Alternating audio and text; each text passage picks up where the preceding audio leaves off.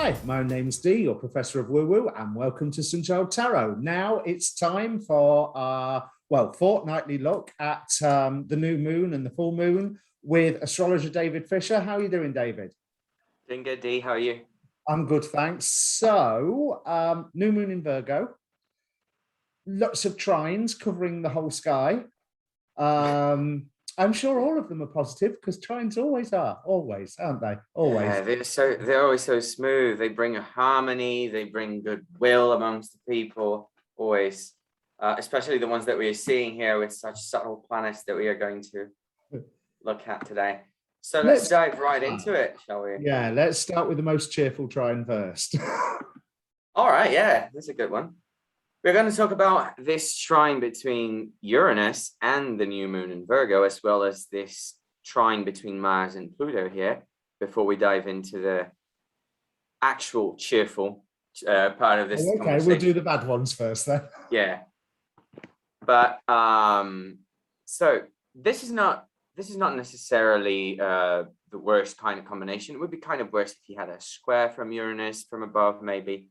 But still is volatile. Uranus is retrograde, and you're talking about a full moon that has Mars under the beams of the sun and combust. No, it's actually just under the beams of the sun, not combust yet, but ruled by a Mercury that doesn't see the sign, right? Yeah. As well as Venus. Venus is the day ruler of Earth by triplicity. So she's also not looking at this sign. So for daytime charts, this might not be the best configuration in regards to triplicity and support, but yeah, there are a few configurations that make this kind of challenging. And just because it's a trine, it doesn't mean that the energy is going to be easy. It means that the energies are going to converse nicely with each other to cause events. And since we are having an omen such as Mars with the new moon, a trine from Uranus and from Pluto at this configuration just makes it that much more volatile and that much more unpredictable. Now, there is also, because it's a mutable sign, so there is the unpredictability as well. Now, we are going to see within this full moon too some sign changes later on. Mars is going to lose dignity, Venus is going to lose dignity, the sun is also going to lose it because they're all going to ingress into the next signs.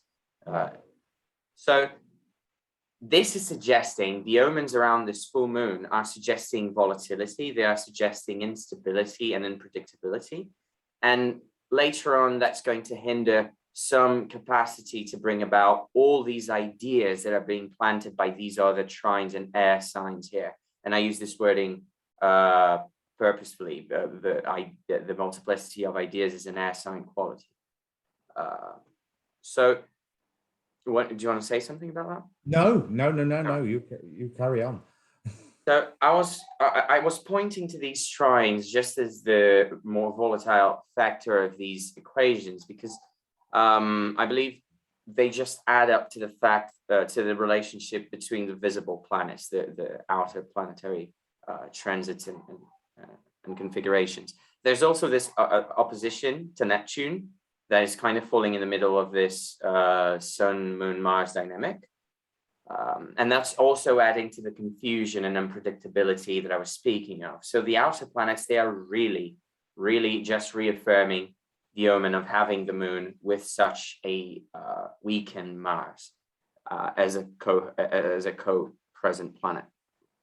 Now, we are having this transit through Libra, and we had during the last full moon this opportunity to look at the things that weren't working for us anymore and why, and to let go of those things. But now, after having let go of those insecurities, of those overburdening features, we are faced with having to live life in the new skin that we have developed, that we have created for ourselves. Yeah. So, and that is a new experience, such as the new moon. And it's going to be an uncomfortable at that because of the omens that we see around it. It doesn't mean that it's going to be unfruitful. It means that it's going to be uncomfortable. Pay attention to that word, because the malefics, they can be very given and they can be very productive if they are treated carefully, if you honor them as you should. I have something to add on that very point. Please do. Just talking about the moon Uranus. Uranus's position is by degree rather than by arc, is ruled by the angel Sahalia, the power of prosperity, motivation, and willfulness. So the actual new moon itself is ruled by Nelchael. So again, we've got that eradicate plague symbol going on. But this backs up what you were saying, the two of them working together to make things better. I mean, assuming it's Uranus, it'll either do everything or nothing because that's its nature. But there is a chance of, however uncomfortable it feels, like you say, that there is prosperity can come out of this. Yes, I do. I do feel because, and now we can talk about the other trines in there, because those trines, they're speaking about multiple ideas that we have now of how can we turn around our luck or our fate in a more conscious manner, so it favors us. But the thing is, because they lose dignity for moving forward, and because Mercury is going to go retrograde, I think the plans are going to have to be revisited, and we are going to be sure that the best plan was the one that we started off this cycle with as being the primary plan, and we have to stick to it, or stick to the things that are most, palpable, the things that, not that, let's say, for example, that you came across a good sum of money where you didn't have any previously, and you had this idea in your head that if I come across the amount of money that I expect, I will save it and I will dedicate it to this particular goal, because I know it's going to be more fruitful for me in the long term. But then you came around the good sum of money, and now you're thinking about all these other ideas that you can execute with this sum that you have, and the things that you could become, all these possibilities. And it becomes kind of a 7 of Cups idea here. But you should stick to your original plan. You should not be led astray by your desires and by the new possibilities, even though they are there. They're much more of an appetizer. They're much more of a teaser for you to just wish hard enough to keep that multiplicity around you, so you can keep going in the direction that you're heading. No, it's interesting that you say that, because I just had a quick look at who was ruling Pluto's degree. We have Acharya, which Pluto's normally about endings and transformations. But what's really interesting, one of the points about Acharya is patience. So it's like, that says to me that Pluto might have already started its work. It started its transformations. It started its endings, and you have to let them unfold. Yes, because Pluto is also stationing direct at this point. The sun is going to move more into the end of Virgo, where Pluto is going to start stationing direct, but it's already at the degree where it's going to station. Right.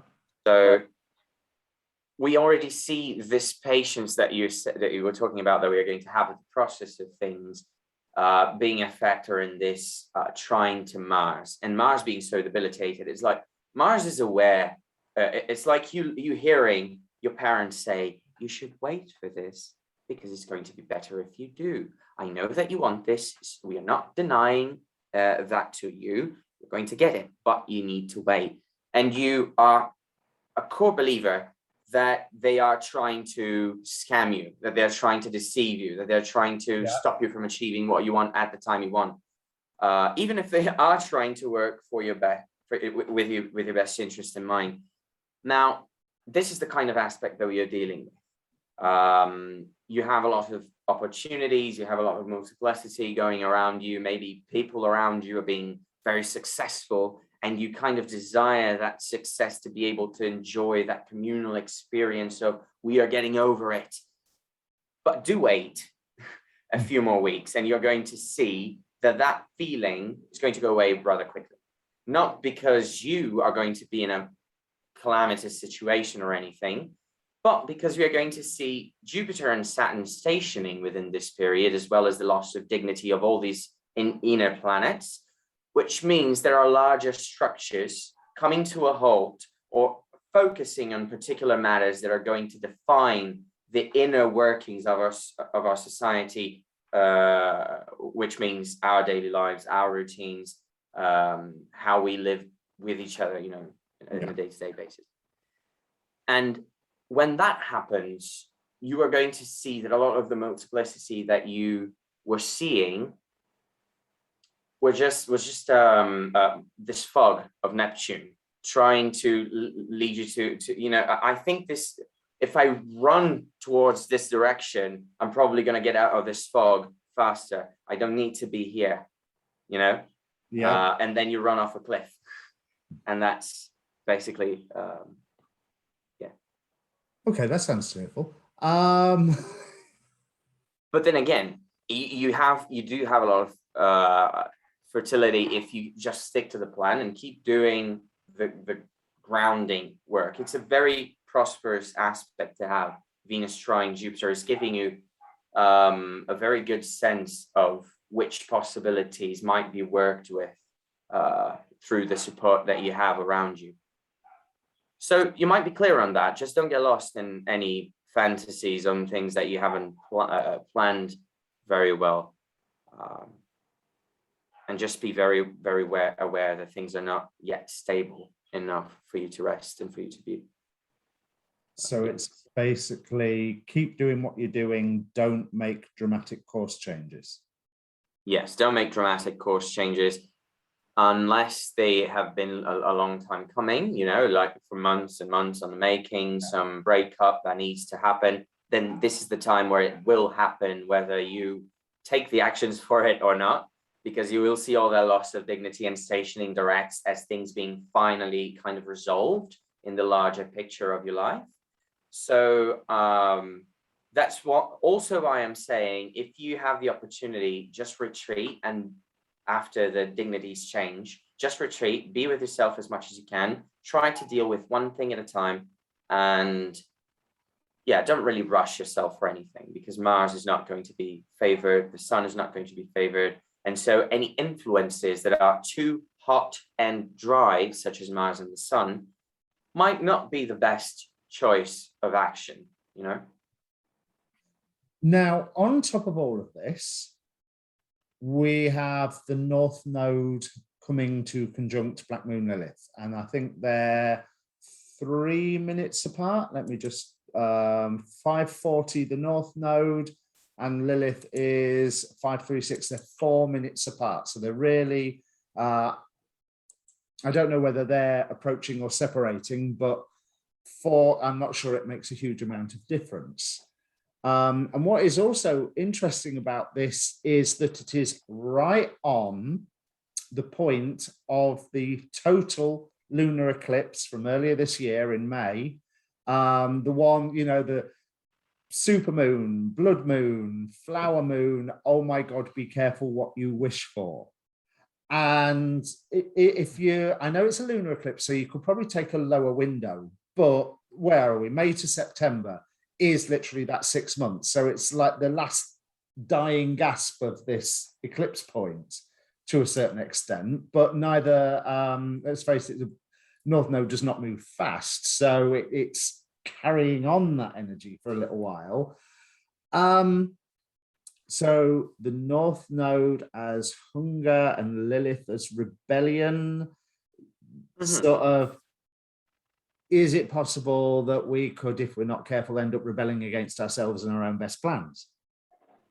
Yes. I want to point out the fact that the North Node and Lilith, they are talking well with all these planets in their signs, contributing to this idea that our demons, our internal demons, because these are two demonic influences, and for all of those of you Christians out there, I'm also a Christian. I'm not using this as a negative term.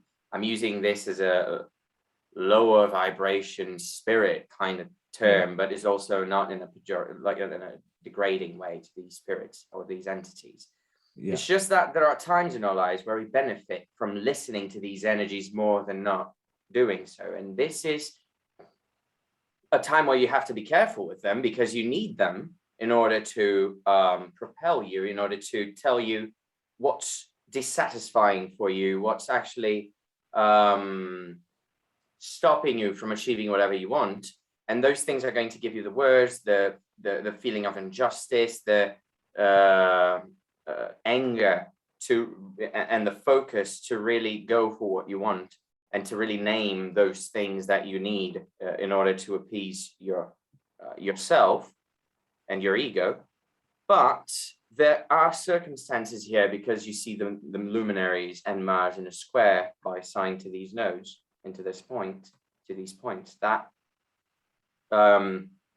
suggests that our consciousness is at odds with it right now, and the circumstances given to us, even though they are validating a lot of the narratives that we have inside of our heads, we need to trade carefully and choose the one that's most firm, most solid, the one that seems most solid at the moment. And Lilith and the North Node can make us just choose the one out of a rant, just go and choose some. So going on the back of what you've said earlier, if you're going to rebel against something, let it be something that you've been working on rebelling against for a good amount of time. Yes. So if you're a rebel leader, for example, this is a good time for, no, I'm joking. But I'm not going to say anything particularly, let's not otherwise people are going to. Yeah, let's not go there. But yeah, you guys get the idea, right? Keep doing what you're doing. You don't need to be submissive necessarily, because your plans, they are being validated. You just don't get lost in the multiplicity. Don't get lost in the sounds. Just get motivated. That's the energy. That's really interesting for two things. I mean, we've discussed prior to this video about how a lot of people are seeing this as a clearing house new moon. But also Rick Levine was saying from his August and for his September forecasts, there's a lot of noise and a lot of even more this month, sort of not cross purposes, but cross currents going on. Mm-hmm. Yes. So you've got that multiplicity and you've got that noise that, to a certain extent, if we've been doing the work that these previous lunations have promised, we need to be working towards filtering out some of that noise and just keep focusing on what we was doing. And not be for the results. Yes. You have to try and how'd you say it? Congregate those two parts of the sky that are not talking. And what I say by two parts is really these two configurations here, because we have the new moon and Mars looking at Uranus and Pluto in one way, not seeing these air signs here. So they're not seeing this whole configuration. But these air signs, Libra is not seeing Uranus, but Venus rules Uranus. And Venus is squaring Pluto, as well as these guys are squaring Uranus. So there is this larger perspective of these slower moving planets and the dignified planets being the ones that are more in accordance with the status right now and the things, the larger structures right now. So they're the ones that are making the decisions because they need things to go a certain way. They need things to manifest as they anticipate in some way. So I see with this trying to reopen economies, irresponsibly, as we've been seeing, but pushing that narrative that now it's okay. And we are going to see that that's not necessarily true for a number of factors, not only because of the pandemic. And now things start to emerge in that sense. There is this quick sense of, everything's going okay here in this dynamic, in this particular dynamic. But in this other dynamic, we see that even though we want to believe that things are okay and we are seeing some evidence, some amount of evidence, there are larger structures that are refusing still to deal with the changes that are necessary to be made. And I say that because Saturn hasn't yet squared Uranus the last time. So these things are still going to take a few months to resolve, and we are in the middle of this larger narrative.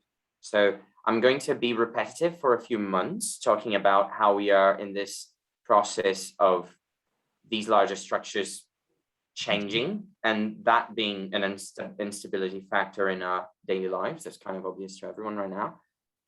But that's not going to get lighter until December, I would say, later December, because you have that square. What was that key phrase that we used the other day? It was get ready and prepare. You know, it's not quite hurry up and wait, but tidying up what you've been starting, tidying up what you've already been working on. And so it's not, even though it's a new moon, by the sounds of it, it doesn't sound like a great time to start something new. No, it's not. It's definitely not the time to start anything new. You do have this initiatory energy here in Libra, but that's not the luminaries. The luminaries are here in Virgo. They're still talking, or consciousness is still talking about how we are adapting to the new realities around us, but it's not quite a new beginning per se. But yeah, I think the key factor is just tidying up, keeping yourself conscious of everything, that where your money's going, not overspending, not spending with anything unplanned for now. And also, but if you have to spend, I would suggest you spend in things that are enjoyable, and things that are for your pleasure, solely for your pleasure. Don't think about it as an investment. Think about it as leisure.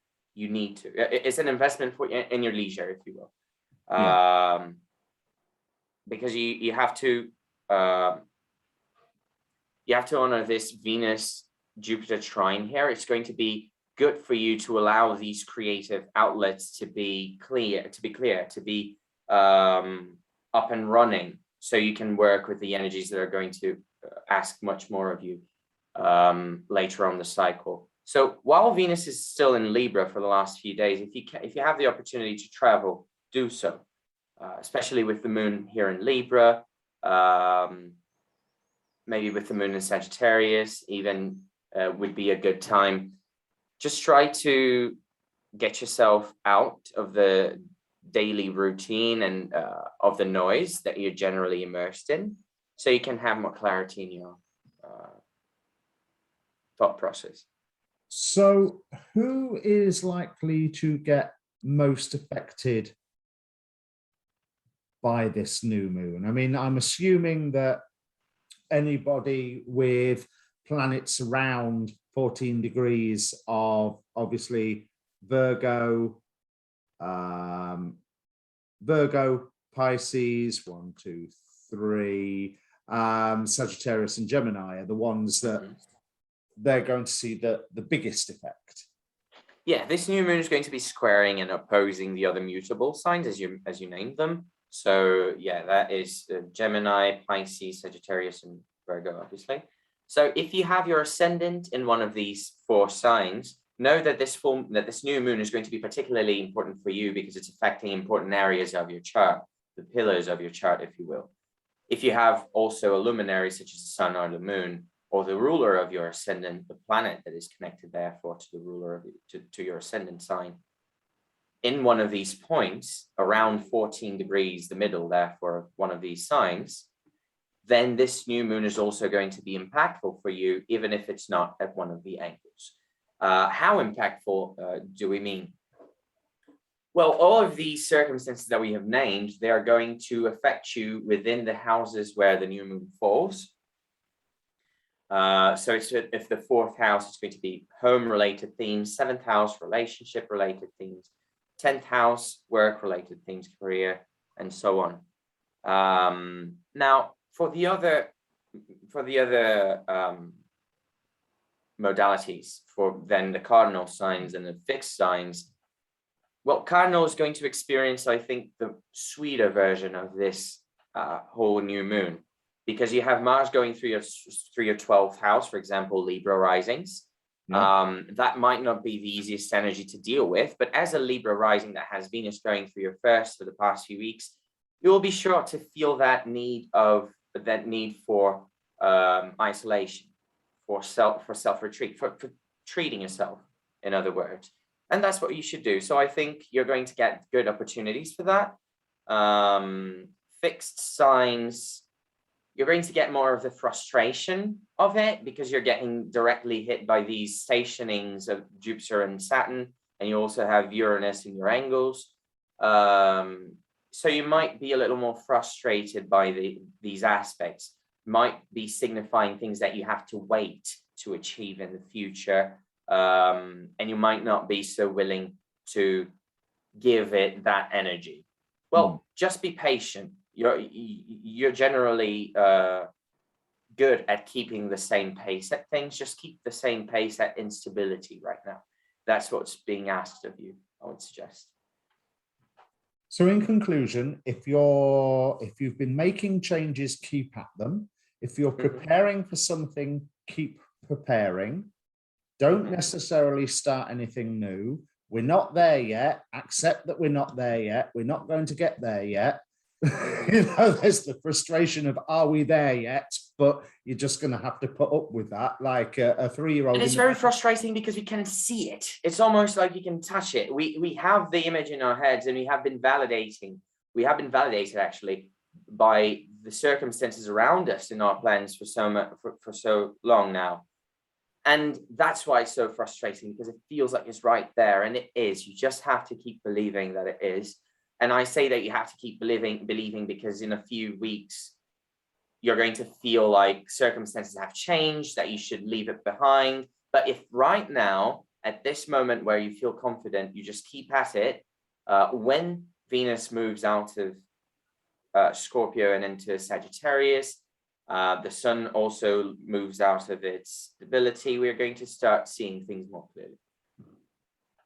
Is there anything else you want to add? No, I think we covered everything that we because I think we've covered anything. There's nothing. Looking at the angels of the various trines and stuff that we've gone on, they're definitely agreeing with the same. There is get up and get ready, but don't start necessarily anything new, especially if it's born of a frustration that's a recent one. If it's a frustration from years ago or months ago, fine. Long overdue. Something about it already, you know. But yeah, there's but yeah, not the recent one. Just batten down the hatches. Yeah. Yeah. All right. Okay. Thank you. So, as ever, David, how can people contact you for a reading?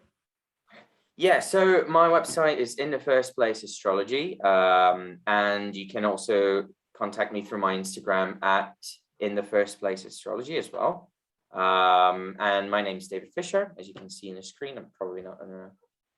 And yeah, I'll be waiting for your message if you need. And as ever, all of David's contact details will be down below in the description, as of mine, because don't forget I do the tarot. But yeah, so this next full moon coming up, we will be talking about that one as well. I'm apprehensive about it because it's right on my natal sun.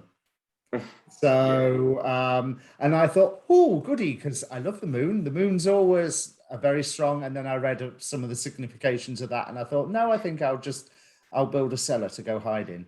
Yeah. But we can get to that in 2 weeks' time. So thank you very much, folks. Don't forget, hit that like button, subscribe to the channel if you haven't already, because it really does help. And we will see you shortly. Cheers.